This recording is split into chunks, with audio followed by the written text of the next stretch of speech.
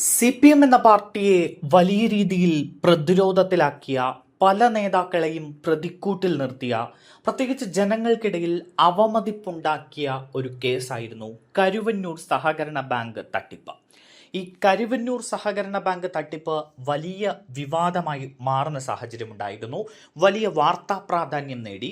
നിരവധി നിരപരാധികളായ പാവപ്പെട്ട ആളുകൾക്കാണ് തങ്ങൾ നിക്ഷേപിച്ച പണം ലഭിക്കാതെ ആത്മഹത്യയുടെ വക്കിലേക്ക് പോകേണ്ടി വന്നത്.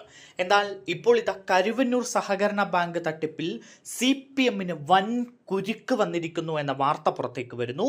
CPM നേതാക്കൾക്കെതിരെ പ്രഥമ ദൃഷ്ട്യാ തെളിവുണ്ട് എന്ന് PMLA കോടതി പറഞ്ഞിരിക്കുകയാണ്.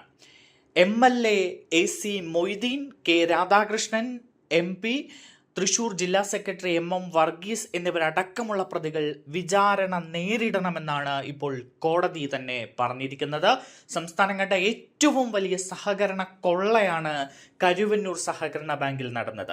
പരാതിയെ തുടർന്ന് സഹകരണ വകുപ്പ് നടത്തിയ പരിശോധനയിലാണ് വൻ തട്ടിപ്പിന്റെ ഞെട്ടിക്കുന്ന വിവരങ്ങൾ പുറത്തേക്ക് വന്നത്. CPM നേതാക്കളായ ബാങ്ക് സെക്രട്ടറി അടക്കം 6 പേരെ പ്രതിയാക്കി ആദ്യം പോലീസ് കേസെടുത്തു. തുടക്കത്തിൽ 108 കോടിയുടെ തട്ടിപ്പായിരുന്നു സഹകരണ വകുപ്പ് കണ്ടെത്തിയത്. പിന്നീട് കേസ് ക്രൈംബ്രാഞ്ചിന് കൈമാറുകയായിരുന്നു. ക്രൈംബ്രാഞ്ച് അന്വേഷിക്കുന്ന കേസിൽ 31 പ്രതികളാണ് ഉള്ളത്.